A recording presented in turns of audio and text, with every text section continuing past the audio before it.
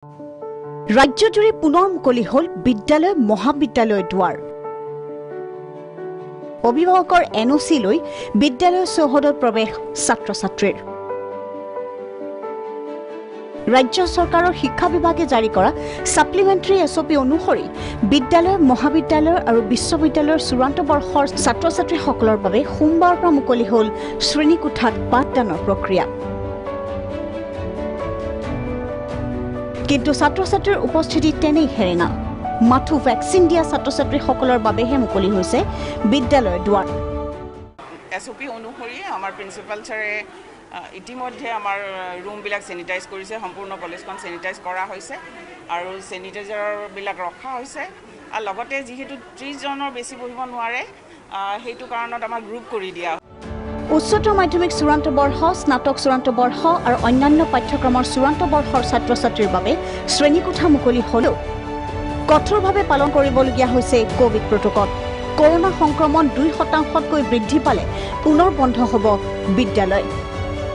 টিয়কৰ চন্দ্ৰকমল বেজবৰুৱা মহাবিদ্যালয় আৰু মাজুলীৰ সামুগৰে সত্ৰ উচ্চতৰ মাধ্যমিক বিদ্যালয়তো কোভিড প্ৰটোকল পালন কৰি বিদ্যালয়লৈ আহিছে ছাত্ৰ-ছাত্ৰী তথা শিক্ষক আৰু কৰ্মচাৰীসকল সকলক বুজি পোৱাৰ যিটো পৰিৱেশ সেইটো আমি এতিয়া আজি 4 মাহে পোৱা নাই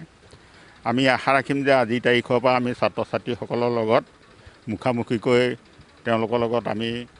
ভাৱ বিনিময় কৰিম বৰপেটা আৰু বঙাইগাঁও বিদ্যালয়সমূহতো একেই পৰিৱেশ যথেষ্ট ভাল লাগিছে বহুদিন মূৰত কলেজ খুলিছে ইমান দিনা অনলাইন ক্লাছ কৰি তথাপিও ল'ৰা ছোৱালীবিলাকক লগ পোৱা নাছিলোঁ এতিয়া কোভিড প্ৰটোকলৰ নিয়ম সম্পূৰ্ণ ফ'ল' কৰি আমি ক্লাছ কৰি আছোঁ যথেষ্ট ভাল লাগিছে কলিয়াবৰৰ বিভিন্ন বিদ্যালয় মহাবিদ্যালয় আৰু মাৰ্ঘেৰিটাৰ উদয়পুৰ জুনিয়ৰ কলেজতো ছাত্ৰ-ছাত্ৰীৰ হেৰেঙা উপস্থিতি জনকে ছাত্ৰ-ছাত্ৰীবোৰ গোটত ভাগ কৰি লৈ পঢ়াবৰ কাৰণে আমাক নিৰ্দেশ দিছে আৰু সেইকাৰণে আমি আমাৰ ছাত্ৰ-ছাত্ৰী হায়াৰ ছেকেণ্ডেৰী ছেকেণ্ড ইয়াৰ 156 আছে